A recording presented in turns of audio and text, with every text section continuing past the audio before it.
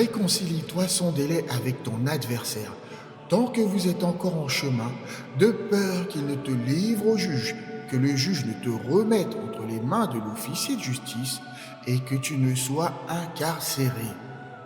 En vérité, je te le déclare, tu ne sortiras pas de cette prison avant d'avoir acquitté jusqu'au dernier cadran. Vous avez appris qu'il était dit, tu ne commettras point d'adultère. Mais moi je vous dis, quiconque regarde une femme avec convoitise a déjà commis l'adultère dans son cœur. Si ton œil droit te pousse à pécher, arrache-le et jette-le loin de toi. Il vaut mieux perdre un membre que de voir ton corps entier jeté dans la géhenne.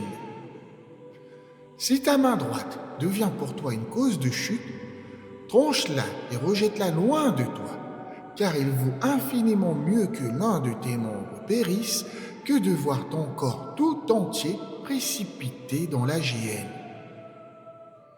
Il a été dit que celui qui renvoie sa femme lui remette un acte de divorce.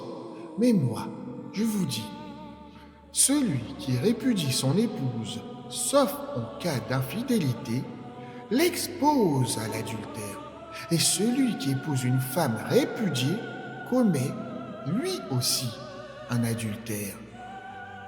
Vous avez encore entendu qu'il a été dit aux anciens, tu ne te parjureras point, mais tu accompliras envers Yahweh tes serments. Mais moi, je vous dis de ne jurer en aucune manière, ni par le ciel, car il est le trône de Yahweh, ni par la terre, car elle est le marchepied de ses pieds, ni par Jérusalem, car elle est la cité du grand roi. Ne jure pas non plus par ta tête, car tu ne peux faire qu'un seul de tes cheveux devienne blanc ou noir. Que votre parole soit simplement oui ou non. Tout ce qui dépasse cela vient du malin. Vous avez appris qu'il a été dit œil pour œil et dent pour dent. Mais moi, je vous dis, ne résistez pas aux méchants. Si quelqu'un te frappe sur la joue droite, présente-lui aussi l'autre. Si quelqu'un cherche à t'attaquer en justice pour te prendre ta tunique, abandonne-lui aussi ton manteau. Si quelqu'un t'oblige à marcher 1 000, parcours-en 2 avec lui.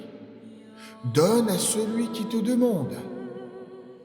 Et ne te détourne pas de celui qui veut emprunter de toi. Vous avez entendu qu'il a été dit, tu aimeras ton prochain et tu haïras ton ennemi. Mais moi, je vous dis, aimez vos ennemis, bénissez ceux qui vous maudissent, faites du bien à ceux qui vous haïssent et priez pour ceux qui vous maltraitent et vous persécutent, afin de devenir des enfants authentiques de votre Père céleste. Yahweh, qui fait lever son soleil sur les bons comme sur les méchants et envoie la pluie sur les justes comme sur les injustes.